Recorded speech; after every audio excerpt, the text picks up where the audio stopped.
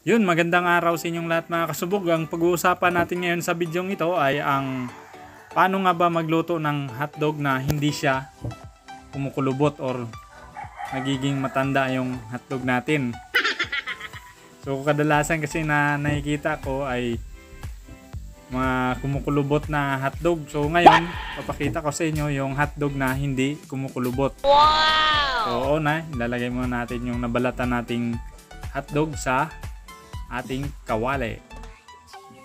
So ayan. Pagkatapos ay lagyan natin ng kunting tubig lang mga kasubog. And then, so isasalang na natin sa ating kalan. So ayan, may kunting tubig na yan. So ayan, takpan muna natin mga kasubog hanggang sa kumulo yung ating hotdog.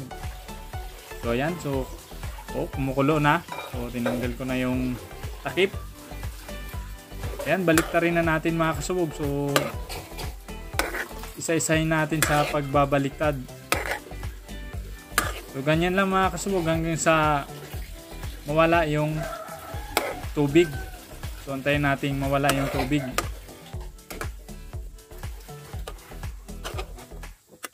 Ayan, so baliktarin lang natin hanggang sa mawala yung tubig.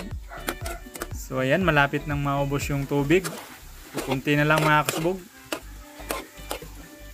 Yan, so wala ng tubig. So lalagyan na natin ngayon ng mantika.